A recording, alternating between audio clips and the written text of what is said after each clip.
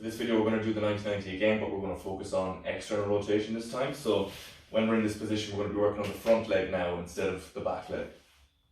So I'll show you from this side angle, you'll get a better idea of what I'm going to do. So for this one, same idea, we set up in the 90-90. For this one, because we're not working the back leg here, if you want to actually pull that in to make it more comfortable, that's fine. So do it quickly. If I'm doing 90-90 this way and I want to work on the front leg this time, if it's uncomfortable for you to have that leg there, you can bring that up a little bit just to make it more comfortable, because we're going to be focusing on this leg.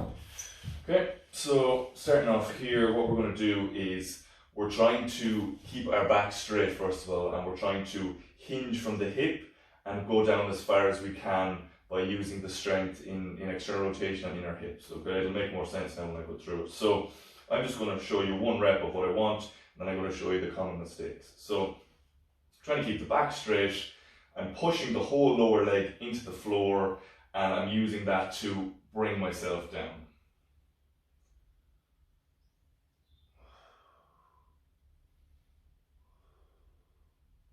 Go there, hold, and bring myself back up. Okay, so what I'm doing there, first of all, think of your whole lower leg that's on the floor here, and imagine that it's on like a weight scale. Imagine pushing that into the floor first of all. So I'm not just like pushing my knee in, I'm not just pushing my heel in, pushing the whole lower leg into the floor. So if you sit in this position, and if you just do that, you should feel, you should feel it in the hip, you should feel the glute already working. So just by pushing that whole lower leg into the floor, you'll start to get the feeling that we want from this exercise. So the next thing then is keep the back straight. We don't want to do reps like this, because if you see this is no longer a hip exercise. You might as well be doing sit-ups. If this is just flexing your spine, and that's not what we want for this drill.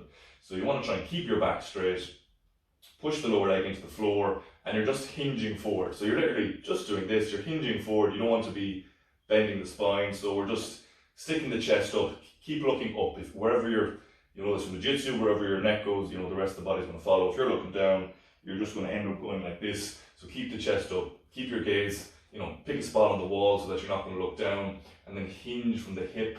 You're pushing in, so I'm pushing down into the floor, and that's why, to make this harder, then I can take my hands off the floor. So I'm using my hands just as a bit of assistance starting off. That's the first progression. If that gets easier, then you don't need your hands, and this is where you're really going to feel the leg working and the hip working. So lowering down, using the strength of my hips, down as far as you can go, hold it, and then push back up. Okay, so that's one rep. We'll go for a second rep.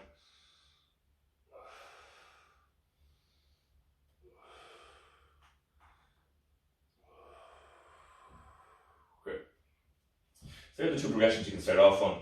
Use your hands if it's tough. If not, you can progress on and lift up the hands. Same as before, if this position is uncomfortable, we can make it a bit easier. We can sit on something, get a setup going like this, and do the same thing from here. Okay, so that's what we're going to do starting off.